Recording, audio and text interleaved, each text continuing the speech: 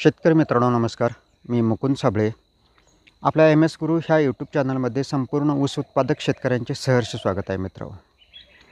आज आपला विषय असणार आहे दुष्काळी परिस्थितीमध्ये खोडवा पिकाचं अन्नद्रव्याचं व्यवस्थापन कशा पद्धतीनं करायचं.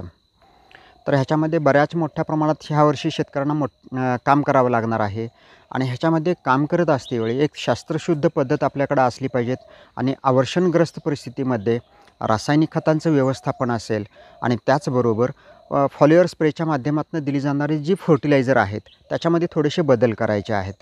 हे करत असतेवेळी आपल्याकडे नेमकं काय करायचं आहे. एक तर त्याच्यामध्ये खोडव्याचं व्यवस्थापन करत असतेवेळी अगदी जमिनीलगत खुडकी तासून घेणं हे तर खूप गरजेचंच असतं आणि त्याचबरोबर जे पाचट व्यवस्थापन करताय, बगला फोडणे करताय, ह्या सिस्टीमसुद्धा आपल्याला कराव्या लागतात. पाचटाचं व्यवस्थापन करत असतेवेळी शक्यतो शेतकरी मित्र पाचट अजिबात जाळू नका. त्याच्यापासून आपल्या जमिनीमध्ये सेंद्रिय कर्बाचं प्रमाण हे मोठ्या प्रमाणात वाढत जातं आहे आणि आवर्षणग्रस्त परिस्थितीमध्ये हे ओलाव्याचं प्रमाण जे काय आहे जमिनीमधलं ते टिकवून ठेवण्याचं काम हे पाचट करतं आहे. त्यामुळे पाचट अजिबात शेतकरी मित्र जाळू नका, पेटवू नका आणि ते थोडंसं आपल्या प्लॉटमध्ये थोडंसं दाबून असं व्यवस्थित ठेवायचं आहे आणि त्यामधून आपल्याला जितकं शक्य आहे त्या पद्धतीनं फर्टिगेशन करायचं आहे. आपल्याकडं 50% पाण्याचं व्यवस्थापन योग्य पद्धतीनं होणार आहे. अशा पद्धतीनं नियोजन जर करत असाल तर एक सरी आड पाचटाचं व्यवस्थापन करा.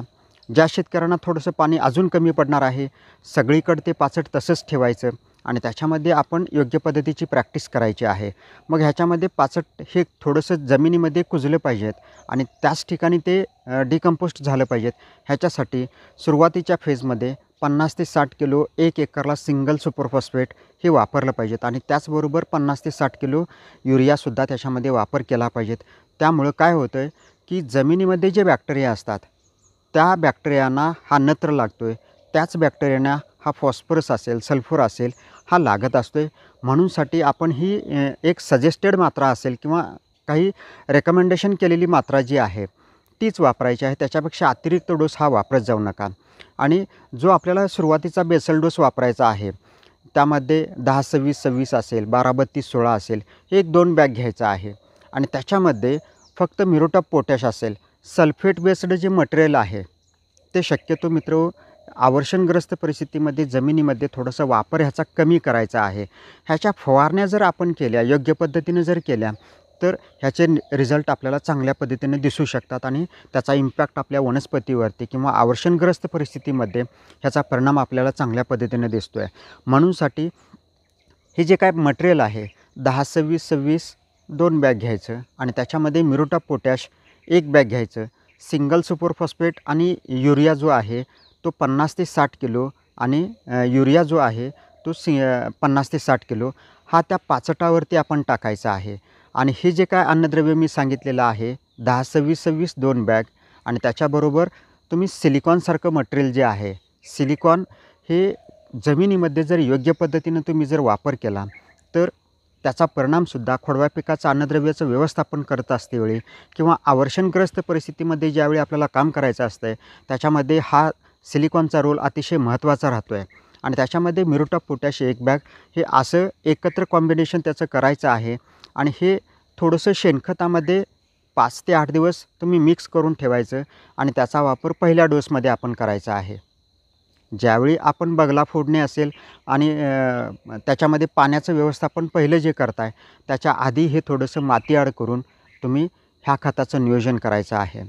ह्याच्यामुळं काय होतं आहे सुरुवातीच्या फेजमध्ये येणारे कोंबसुद्धा चांगल्या पद्धतीने येतील आणि शेणखतामध्ये जो चिलेशन केलेला घटक आहे तो तुमच्या पिकाला मोठ्या प्रमाणात उपलब्ध होईल आणि उपलब्ध झाल्यामुळे काय होतं आहे की जमिनीतून येणारे कोंब असतील, जमिनीतून येणारे जी काय तयार होणारे ज्या काय पांढऱ्या मुळ्या असतील ह्या मोठ्या प्रमाणात तयार होतात आणि त्याचा अन्नद्रव्याचं व्यवस्थापन बॅलन्स लेवलला केलं जातं आहे आणि तुमच्याकडं जमिनीच्या वरती येणाऱ्या कोंबांची संख्या ही वाढवली जाते.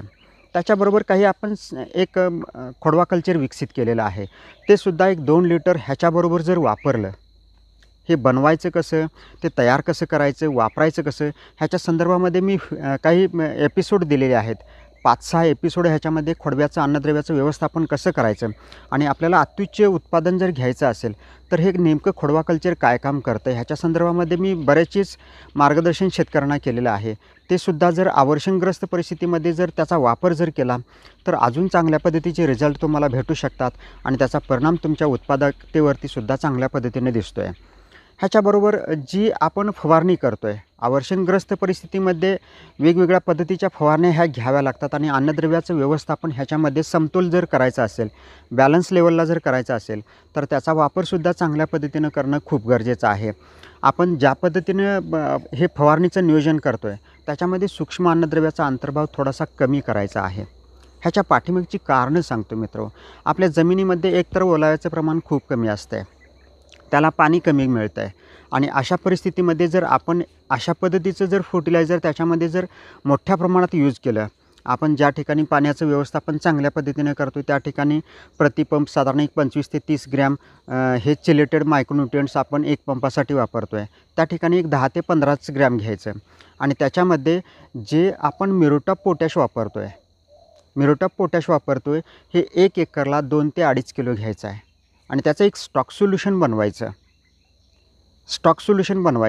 आणि हे स्टॉक सोल्युशन बनवल्याच्यानंतर त्याच्यामध्ये तुम्हाला समजा 1 एकरला एक 8 ते 10 पंप जर लागत असतील तर चिलेटेड मायक्रोन्यूट्रिएंट्स प्रतिपंप 25 ग्रॅमच्या हिशोबाने 15 ग्रॅमच्या हिशोबाने वापरायचं आहे आणि जे मिरोटॉप पोटॅश आहे ते तुम्ही 2 ते 2.5 किलो घ्यायचं आहे आणि ह्याचं एक बकेटमध्ये स्टॉक सोल्युशन बनवायचं आणि हे स्टॉक सोल्युशन तुम्ही त्या 1 एकर क्षेत्रावरती फवारणी करायचं आहे। ह्याच्यामुळे नेमकं काय होतं आहे, हे जे काय मिरोटॉप पोटॅश आहे ह्याच्यामुळं नेमकं काय होतं आहे तर आवर्षणग्रस्त परिस्थितीमध्ये तुमच्याकडं ज्यावेळी हे फवारणी केलं जातं आहे त्याच्यामध्ये एक रेजिस्टन्स अशा पद्धतीचा तयार होतो आहे किंवा एक प्रतिकारशक्ती निर्माण होते किंवा त्याच्यामध्ये एक अशा पद्धतीची एनर्जी निर्माण होते की ते प्रतिकूल परिस्थितीवरती मात करण्यासाठी त्याच्यामध्ये एक रिजनरेटिव्ह सिस्टीम तयार होते।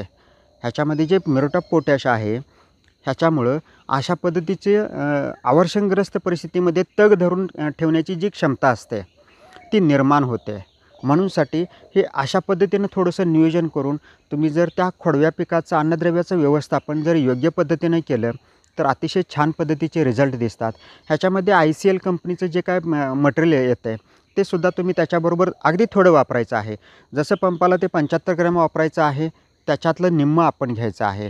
ह्याच्यामुळं ते अन्नद्रव्याचं व्यवस्थापन तुमच्याकडं कमी पाणी असतेवेळी चांगल्या पद्धतीनं होतं आहे आणि त्याचा परिणाम तुम्हाला चांगल्या पद्धतीने दिसतो आहे। ते पीक चांगल्या पद्धतीनं आवर्षणग्रस्त परिस्थितीमध्ये तग धरून राहतं आहे, पानं असतील ती हिरवीच राहतात आणि त्याच्यामध्ये तग धरून ठेवण्याची जी कॅपॅसिटी आहे ती चांगल्या पद्धतीनं निर्माण होते। म्हणूनसाठी हे मिरोटॉप पोटॅश 2 ते 2.5 किलो प्रतिपंप 10 ते 15 ग्रॅम हे चिलेटेड मायक्रोन्यूट्रिएंट्स वापरायचं आहे आणि कुठलंही वॉटर सोल्युबल ग्रेड मी जसं ICLचं सांगितलं, स्टार्टर असेल, बूस्टर असेल, फ्रूट असेल किंवा पिकवॉन्ट असेल, त्याच्या पलीकडे जाऊन 19-19-19 असेल किंवा 0-52-34 असेल, 12-61-0 असेल, हे ज्यावेळी आपण त्याच्या पिकावरती फवारणी करत असतो आहे त्याच्यातली निम्मीच मात्रा आपण ह्याच्यामध्ये घ्यायची आहे आणि हे तुम्ही स्टॉक सोल्युशन बनवून ते तुम्हाला वापरायचं आहे। तर ह्याच्यामुळं तुमच्या आवर्षणग्रस्त परिस्थितीमध्ये अतिशय चांगल्या पद्धतीचं काम होतं आहे आणि हे सर्वसाधारण 15-3 आठवड्यांनी सातत्यानं तुम्ही फवारणी घ्यायचं आहे। जमिनीमध्ये रासायनिक खतांचं व्यवस्थापन असतं ते थोडंसं थांबवायचं आहे, कारण जमिनीमध्ये ओलाव्याचं प्रमाण जर नसेल तर ते कमी मात्रेमध्ये ॲब्झॉर्ब करेल किंवा कमी मात्रेमध्ये ती वनस्पती आपटेक करेल आणि त्यामुळं जमिनीमध्ये अतिरिक्त खर्च करून रासायनिक खतांचं जे व्यवस्थापन असतं ते जमिनीमधलं थोडंसं कमी करावं लागतं आहे आणि फवारणीच्या माध्यमातून आपल्याला हे अशा पद्धतीचं नियोजन जर केलं तर आपल्याला हे खोडव्या पिकाचं नियोजन जे काय आहे किंवा जे व्यवस्थापन आहे ते चांगल्या पद्धतीनं करून आपल्याला ह्या आवर्षणग्रस्त परिस्थितीमध्ये हे पीक तग धरून ठेवून आपण पावसाळ्यापर्यंत चांगल्या पद्धतीचं नियोजन हे करू शकतो आहे। अशा पद्धतीनं शेतकरी मित्र नियोजन करत चला आणि आपलं उत्पादन वाढवण्यासाठी असे सोपस्कर काही मार्ग निर्माण करत चला, जेणेकरून आपले उत्पादन पण कमी झालं नाही पाहिजेत आणि आवर्षणग्रस्त परिस्थितीमध्ये आपलं पीक तग धरून राहिलं पाहिजेत, ह्याच्यावरती काम करत चला। शेतकरी मित्र, आजचा व्हिडिओ आपल्याला आवडल्यास लाईक करा, हे जे काय टेक्निकल नॉलेज देतो हे इतर शेतकऱ्यांच्यापर्यंत शेअर पण करा आणि आपण जर माझ्या यूट्यूब चॅनलवरती नवीन असाल तर माझं जे काय MS गुरु शुगरकेन फार्मिंग यूट्यूब चॅनल आहे ते सबस्क्राईब करायला अजिबात विसरू नका मित्र।